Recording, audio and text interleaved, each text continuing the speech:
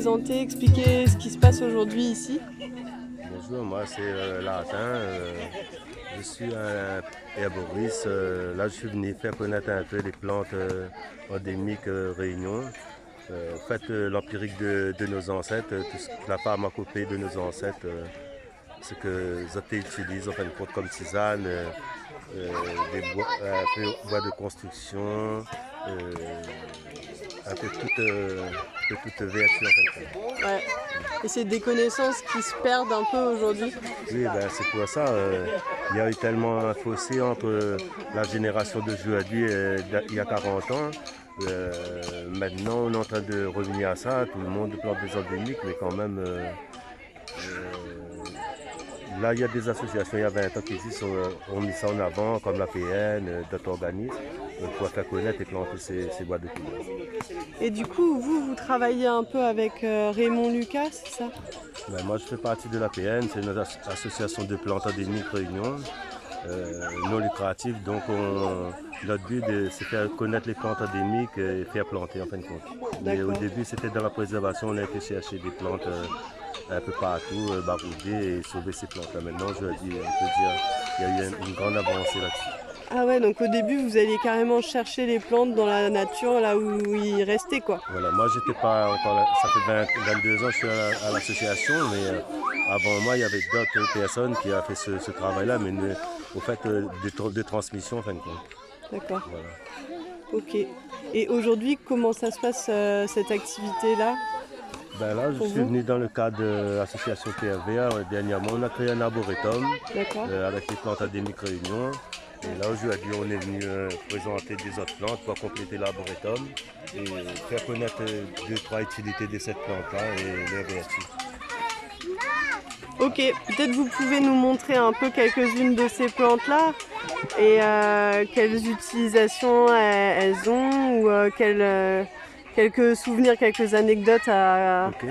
Ouais. Okay. Après, ces plantes, ils ont des noms vernaculaires avec beaucoup de signification en fin de compte. Et là, on va voir un peu. Après, là, ils sont à l'état juvénile, mais à l'état adulte, ça va être des arbres, donc tout aspect va changer en fait. Mais là, je vais vous présenter quelques-uns là, comme le petit baume la plate. Baume la plate, il vient de l'île de Plate, mais il s'adapte à la maison. Une feuille comme ça, si on a un bouton, on met dessus comme ça, et là, il va enlever tout ça. Il va agir comment du coup? Il va tirer vers tout ce qui est à l'intérieur et faire sortir en fin de compte. Ok, d'accord. Voilà, baume la plate. Et après, baume la plate. Voilà. Et ça, c'est un Hibiscus boreanus. Regarde, là, il a 3 doigts, trifolié. Mais après, à l'âge adulte, là, il va être rond en fin de compte. Hibiscus boreanus, full sapate. Donc, ça sert à la grippe et à des maladies entorses et tout ça. Donc, son nom vernaculaire, full sapate. Full sapate. Le chandelle, c'est une plante, il y a plusieurs vertus médicinales, mais il est arrivé à la Réunion, s'il y avait des bornages en fin de compte. Tous les champs de canne, quand on monte un peu dans les hauts, on va voir, il y a beaucoup de ces plantes-là. Donc ça sert de bornage. Et après, il a ses vertus médicinales aussi. Takamaka, il a donné le nom du quartier Takamaka. Comme les autres plantes, bois de nef, quartier bois de nef, bois d'olive Saint-Paul, bois rouge Saint-Paul. En fait, c'était des repères. Il y avait des populations de ça, mais maintenant il n'y en a plus. Mais nous, notre travail, c'est de replanter tout ça. Donc en fait, c'était des endroits où on trouvait beaucoup de bois de nef ou beaucoup de temps rouge. Voilà, c'était leur repère en fin de compte. Où il y avait des temps rouges, mais maintenant il y a certains quartiers, il n'y a plus ça. Mais il y a beaucoup d'associations, maintenant ils sont en train de replanter. Voilà. Et après, dans le cas d'un million d'arbres, là, ils vont planter 1 million d'arbres. L'opération du département. Voilà. Vous participez à cette opération? Oui, indirectement, mais je suis quand même dedans, comme je fais partie d'une collectivité. On va planter plusieurs sur notre commune. D'accord. Ok, via la pépinière du coup. Voilà. Okay. Moi, je m'occupe de la plantation. D'accord. Bois de Moussa. Moussa, c'était un chasseur d'esclaves. Donc, il a eu droit à son nom à cet arbre. D'accord. Et pourquoi du coup il a donné son nom à cette... Peut-être c'est un bois qui servait à faire, je sais pas, à fouetter ou peu importe, je sais pas, hein, mais après c'est comme le mafat en bois. Mafat, c'était une sorcier de mafat. Il y a certains noms. Au fait, à La Réunion, on a plusieurs. Comment on dirait ça quand on est à Saint-Denis, on dit une plante d'une manière, on change d'endroit. Ouais, il y a plusieurs noms au final. Voilà. La langue créole a beaucoup de significations et après, c'est un peu comme le bois de Renette. On va voir. Et peut-être après le mafat en. Comment il s'appelait? Mafat en bois. Mafat en bois. Ça, c'est un. Mafat en bois. Lui, c'est un hallucinogène, donc du temps de l'esclavage, il servait comme hallucinogène pour les chasseurs d'esclaves et les chiens. Voilà. Et il mettait ça dans la nourriture pour le chien? Voilà, dans la nourriture. Après, pendant 8 jours, le chien, il y avait des hurlements. Après, voilà. Et ça, ouais, ça le tuait, quoi. Ouais. Lui, à la fin, il meurt, mais voilà. Et après, il y a d'autres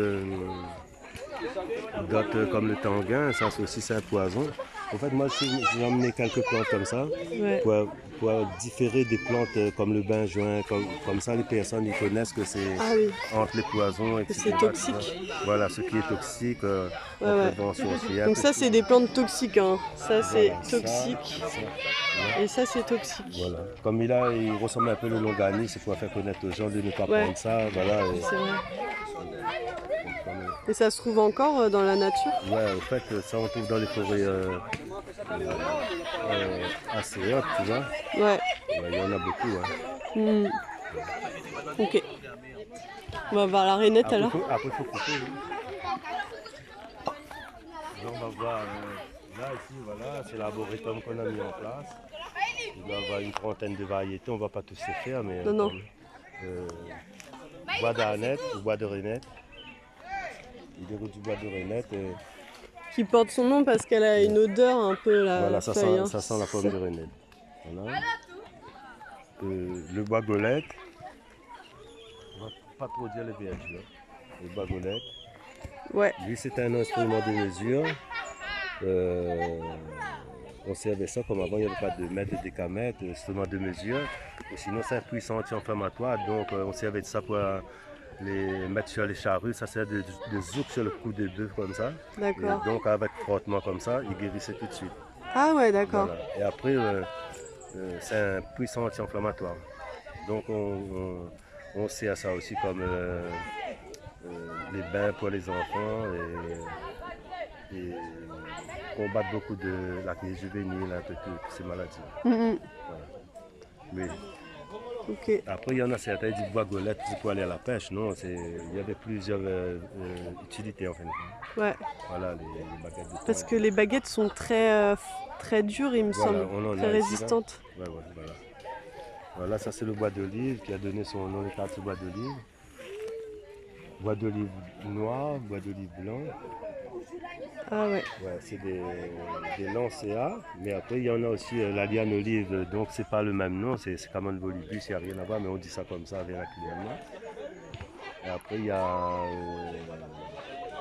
le bois d'olive gros pot aussi, on dit ça bois d'olive, mais c'est le nom latin diffère en fait. D'accord. Voilà, il y en a 4. Hein. Liane olive, bois d'olive blanc, bois d'olive noir. Okay. Les deux endémiques réunions. Hein. Ok. Voilà, ça c'est que des endémiques réunions. Ouais. Après là, il y a juste à côté le bois rouge qui a donné son nom. Les quartiers comme Bois Rouge, Saint-Paul, Bois Rouge Saint-Benoît ou Bois Rouge de Silaos. Ça marque leur territoire, enfin, quand il y avait des populations de ça. Voilà. Après peut-être on va faire le bois de Judas. C'est bon? Ouais. C'est bon? Oui, c'est bon.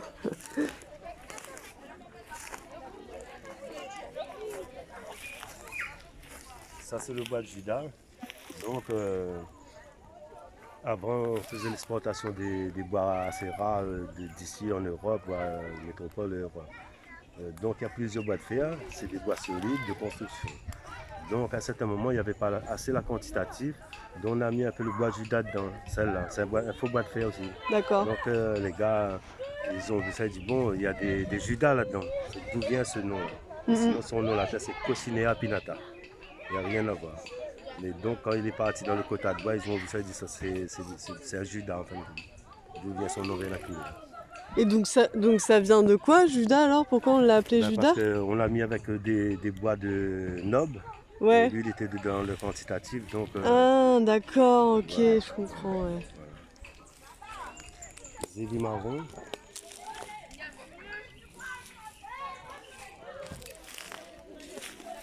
Zévi marron, bois blanc rouge.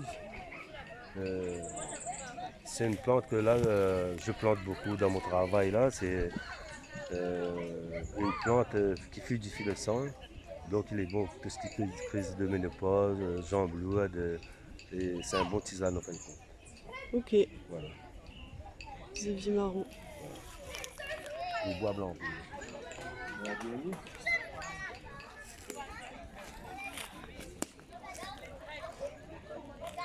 Le bois de ronde ou le bois de ronde. Ronde parce que c'est un bois lent à brûler du temps de l'esclavage, donc on servait de ça de torche. Ah ouais, d'accord. Voilà, c'était bois de ronde ou bois de ronde. Bois de ronde ou bois de ronde. Et la ronde, c'était avec les torches. Ok. Bon, on va faire le dernier rouge Cordata, ça c'est un bois de senteur blanc. Bois de senteur blanc. Oui, ça est resté deux ou trois dans l'île. Ben maintenant, il y en a des dédiés, la PN, avec d'autres organismes, on a multiplié ça. Wow. Donc, il restait un pied, mais à Saint-Louis, dans Rabine du Gaulle, un à Saint-Louis, sur la route de la Corniche. Donc maintenant, il y a des millions, on est en train de planter un peu partout. Et comment ça se fait qu'à un moment donné, ça a presque disparu? On s'en est pas occupé, on les a pas... C'était les tisaneurs, un peu de tout. Hein. En fait, c'est une plante culturelle, donc toute la médecine traditionnelle servait de ça. Ah d'accord. Voilà, pour faire le tisane. Et ça sert à quoi alors? C'est un repousseur de mauvaises ondes. On met ça dans la poire comme ça. C'est un culturel. Donc il y en a trois bois de senteur blanc, bois de senteur bleu et le petit bois de senteur. Ok. Voilà. C'est des plantes un peu culturelles, donc ça a été en voie de disparition par rapport. On a servi beaucoup. Ouais, c'était très utilisé. Voilà. Et aujourd'hui, ça sert encore? Ouais, ça sert encore dans les croyances populaires, c'est encore d'actualité. D'accord. Voilà. Après, on en trouve un peu partout maintenant. Maintenant, on en trouve. Et il n'y a pas si longtemps que ça, il y a peut-être une trentaine d'années. Hein. C'est pas si loin que ça. D'accord. Et du coup, cet arboretum, pourquoi vous avez décidé de le faire? Est-ce que c'est Tirac qui vous a demandé ou Moi, en fin de compte, je connais Tirac il y a longtemps, mais comme il connaît que je fais des aménagements en endémique, il m'a parlé de ça, ben, bénévolement, je suis venu un samedi avec 2-3, on a fait ça en tamis, là, ben, j'ai ramené les espèces et on a planté. D'accord. Voilà. Pour essayer de au moins sauver un peu ces plantes-là. Plus tard, ça va nous servir de semencier et après, les enfants vont reprendre ça. C'est ça le but, en fin de compte. Et vous, votre but, c'est de pouvoir partager aux jeunes générations et tout ça, partager le savoir et la connaissance des plantes? Voilà, moi, je suis dans la transmission. Moi, j'ai appris ça avec des anciens, avec des personnes qui m'ont appris. Ben, maintenant, je transmets ça. Mais mon but, c'est de faire planter beaucoup d'arbres endémiques et de faire connaître, c'est ça. Voilà. De faire aussi que les gens ils plantent chez eux carrément. Ouais, ben il y a beaucoup de personnes. Maintenant à La Réunion, quand même, on a eu une grande avancée. La plupart des gens, ils ont quand même un endémique dans leur coin. Et voilà, ça revient vraiment. Ouais. Au bout du jour, hein, comme tout. Ouais. Ouais. Mais après, il faut planter pour bien planter, pas planter, il faut donner de l'amour, tu vois. Ouais. Voilà, c'est ça. Il faut avoir la main verte. Voilà. C'est ça, la main verte, c'est donner de l'amour aux plantes quand on s'en occupe. Ben oui, c'est... Regarde là, comme moi je viens ici, ça fait 1 an, je regarde ça, l'évolution, tu vois, c'est ouais. Ouais. C'est gratifiant de voir ça. Et quand tu dis tu donnes de l'amour aux plantes, Tu leur parles ou comment? Oui, moi mon jardin c'est le paradis, donc là-dedans, tu vois, quand tu es là-dedans, c'est bon, hein. Je plante beaucoup, je sème beaucoup et je multiplie beaucoup aussi, tu vois, pour essayer de sauver quand même tout ça, tu vois. Et partager autour de toi? Voilà, aujourd'hui je partage. Hmm. Voilà. Ok. Bon bah merci beaucoup, hein. Pas de souci. Bon courage, bonne continuation pour la suite. Merci bien. Merci.